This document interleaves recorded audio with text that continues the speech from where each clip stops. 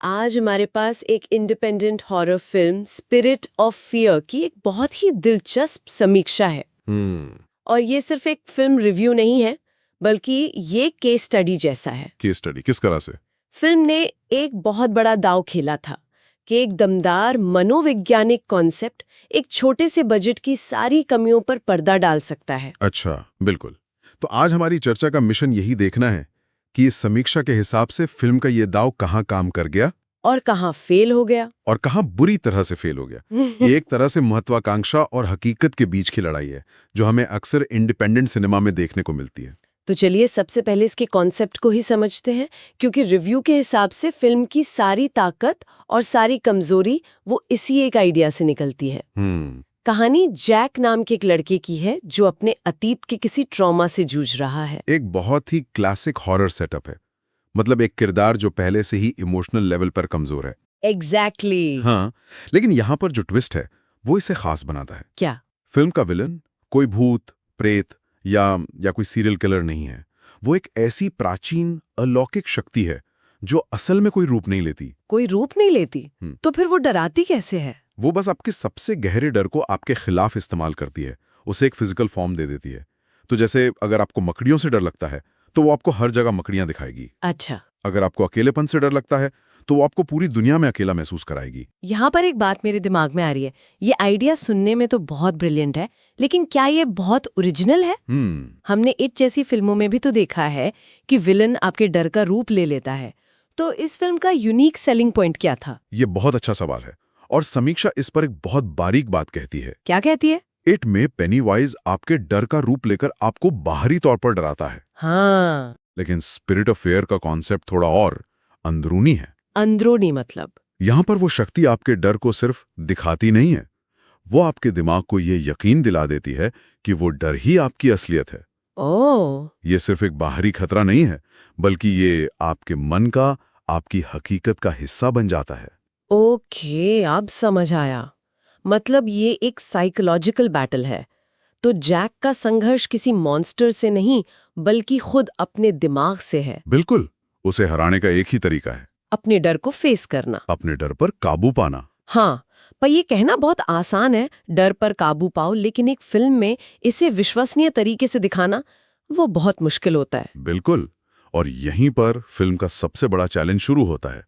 समीक्षक ने लिखा है कि फिल्म का इरादा डर की प्रकृति को एक्सप्लोर करना था। कि डर काम कैसे करता है? हाँ, कि कैसे डर हमारे सोचने समझने की शक्ति को हाईजैक कर लेता है। ये सिर्फ जंप स्केयर्स देने के बारे में नहीं था, बल्कि ये दिखाने की कोशिश थी कि सबसे डरावनी जगह हमारे अपने दिमाग के अंदर होती है। तो मतलब ये एक स्लो बर्न साइकोलॉजिकल थ्रिलर बनने की कोशिश कर रही थी। हाँ, और ऐसी फिल्मों में माहौल बनाना, वो बेचैनी पैदा करना सबसे जरूरी होता है। तो अब उस सवाल पर आते हैं जो हर हॉरर फिल्म के लिए सबसे जरूरी है। क्या ये फिल्म डराती है? हाँ। क्या रिव्यूअर को असल में डर लगा, या ये सिर्फ एक इंटरेस्टिंग एकेडमिक आइडिया बन के रह गया? यहीं पर कहानी में मजा आता है। बताइए। समीक्षा में जंप स्केयर्स का जिक्र है और उन्हें बहुत ही प्रिडिक्टेबल और अनइंस्पायर्ड बताया गया है। अच्छा। एक खास सीन का जिक्र है जहां जैक बाथरूम के शीशे में देखता है, पानी से मुंह धोता है, और जब वो ऊपर देखता है तो पीछे एक डरावना चेहरा दिखता है। एग्जैक्टली। अरे ये तो हॉरर फिल्मों का सबसे पुराना और घिसा पिटा ट्रिक है। मतलब क्रिएटिविटी के मामले में यहाँ थोड़ी कमी रह गई। बिल्कुल। समीक्षक का कहना है कि फिल्म इन सस्ते तरीकों पर निर्भर करती है जो उसके गहरे मनोवैज्ञानिक कॉन्सेप्ट के साथ बिल्कुल मेल नहीं खाते। लेकिन और ये लेकिन बहुत बड़ा है। रिव्यू में ये भी लिखा है कि फिल्म की असली ताकत उसका माहौल बनाने की कोशिश में है। अच्छा। कुछ सीन्स में जहां कुछ भी नहीं हो रहा होता, सिर्फ साए और आवाजों का इस्तेमाल होता है, वहां फिल्म एक अजीब सी बेचैनी पैदा करने में कामयाब हो जाती है। वो एहसास कि कुछ बहुत गलत होने वाला है। हाँ, बिल्कुल। तो आप कह रही हैं कि फिल्म माहौल पर ज्यादा निर्भर करती है, लेकिन क्या ये आज के दर्शकों के लिए काफी है, जहां लोग तेज तर्रार हॉरर और गौर के आदी हो चुके हैं? क्या सिर्फ माहौल बनाकर उन्हें बोरियत से बचाया जा सकता है, खासकर जब फिल्म की गति धीमी हो? और आपने बिल्कुल सही नस पकड़ी है। यही फिल्म की सबसे बड़ी दुविधा है। क्या? समीक्षा एक बहुत ही कमाल का पॉइंट उठा दिया। जी। वो कहती है कि फिल्म की सबसे बड़ी विफलता उसके कमजोर स्पेशल इफेक्ट्स नहीं थे। तो फिर क्या थी? बल्कि ये थी कि फिल्म ने मॉन्स्टर को दिखाने का फैसला किया। ओह, फिल्म ने जो बेचैन करने वाला माहौल बनाया था वो इतना असरदार था कि दर्शकों की कल्पना किसी भी सीजीआई मॉन्स्टर से ज्यादा डरावनी होती। ओह, दैट्स इंटरेस्टिंग। मतलब असली गलती मॉन्स्टर को बुरा बनाने की नहीं, बल्कि उसे दिखाने की थी। हाँ, डायरेक्टर को अपने बनाए हुए माहौल पर भरोसा नहीं था। बिल्कुल। समीक्षा के अनुसार जब वो डर का भौतिक रूप यानी वो मॉन्स्टर स्क्रीन पर आता है तो वो बहुत ही डिसअपॉइंटिंग लगता है। लो बजट का असर साफ दिखने लगता हाँ, सड़कता है। और उस एक पल में फिल्म ने जो भी तनाव और डर धीरे धीरे बनाया था वो सब टूट जाता है। दर्शक सोचने लगते हैं, अच्छा बस इससे डरना था। सही बात है। ब्लेयर विच प्रोजेक्ट या पैरानॉर्मल एक्टिविटी जैसी फिल्में इसीलिए सफल हुई क्योंकि उन्होंने कुछ दिखाया ही नहीं। तो उन्होंने सब कुछ हमारी कल्पना पर छोड़ दिया। ये फिल्म वो हिम्मत नहीं दिखा पाई। तो कमजोर स्पेशल इफेक्ट्स का सारा बोझ फिर एक्टर्स और डायरेक्शन पर आ जाता है ना? बिल्कुल। अगर मॉन्स्टर डरावना नहीं लग रहा तो क्या लीड एक्टर का अभिनय हमें यकीन दिला पाता है कि वो वाकई डरा हुआ है? समीक्षा जैक का किरदार निभाने वाले एक्टर के बारे में क्या कहती है? समीक्षा में लीड एक्टर के परफॉर्मेंस की तारीफ की गई है। अच्छा, ये अच्छी बात है। हाँ, लिखा है कि उसने जैक के किरदार की अंदरूनी पीड़ा, उसके डर और कंफ्यूजन को बहुत ईमानदारी से निभाया है। उसकी आंखों में वो दहशत दिखती है और दर्शक उसके दर्द से जुड़ पाते हैं। कई सीन्स में सिर्फ उसी के अभिनय की वजह से तनाव बना रहता है। तो कम से कम एक मजबूत पिलर तो था फिल्म के पास। हाँ, लेकिन एक अकेला पिलर पूरी इमारत को नहीं संभाल सकता। क्यों? रिव्यू में यह भी साफ लिखा है कि सपोर्टिंग कास्ट का अभिनय बहुत ही इनकंसिस्टेंट और कहीं-कहीं तो बिल्कुल फ्लैट है। अच्छा। ऐसा लगता है जैसे सारा ध्यान और रिसोर्सेज सिर्फ मुख्य किरदार पर लगा दिए गए, और जब जैक किसी और किरदार से बात करता है तो सामने से वैसी एनर्जी नहीं मिलती, जिससे सीन की इंटेंसिटी कम हो जाती है। ये अक्सर इंडिपेंडेंट फिल्मों में होता है, जहां आप एक अच्छा लीड एक्टर तो ले आते हैं पर बाकी किरदारों के लिए बजट या ऑप्शन नहीं बचते। बिल्कुल। और ये बात फिर डायरेक्शन पे भी आती है। अगर आपके पास शानदार स्पेशल इफेक्ट्स नहीं है और सपोर्टिंग कास्ट भी कमजोर है तो डायरेक्टर को बहुत ही क्रिएटिव होना पड़ता है। उसे कैमरे के एंगल, साउंड डिजाइन, एडिटिंग से कहानी कहनी पड़ती है। क्या डायरेक्टर ने ऐसा कुछ करने की कोशिश की? कोशिश तो पूरी की है। समीक्षक ने निर्देशक के इरादों की सराहना की है।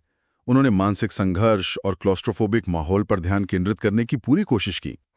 कुछ क्लोजअप शॉट्स जहां कैमरा जैक के चेहरे से हटता ही नहीं है, वो वाकई असरदार हैं। लेकिन ओवरऑल प्रोडक्शन क्वालिटी में बजट की कमी साफ झलकती है। जैसे कि लाइटिंग कहीं-कहीं बहुत एमेच्योर लगती है, साउंड मिक्सिंग में भी उतार चढ़ाव है। मतलब ये एक तरह का समझौता है।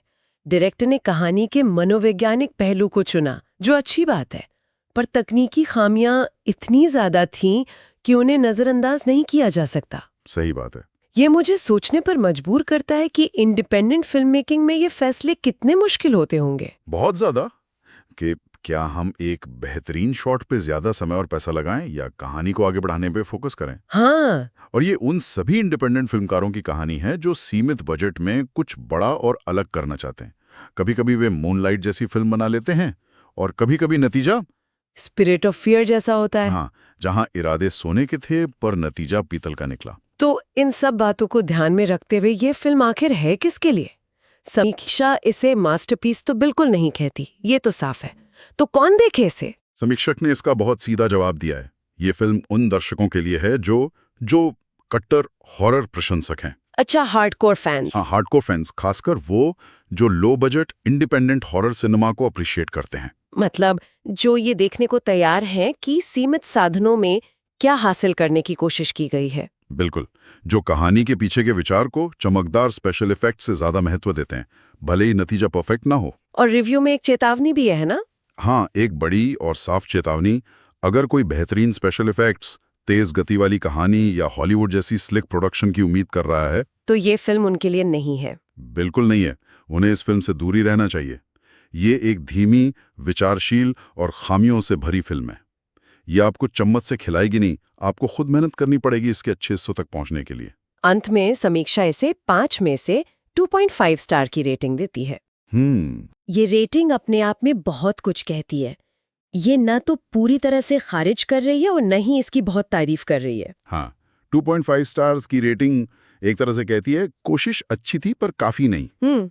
ये एक ऐसे स्टूडेंट की मार्कशीट जैसी है जिसके पास टैलेंट तो है पर उसने पढ़ाई ठीक से नहीं की।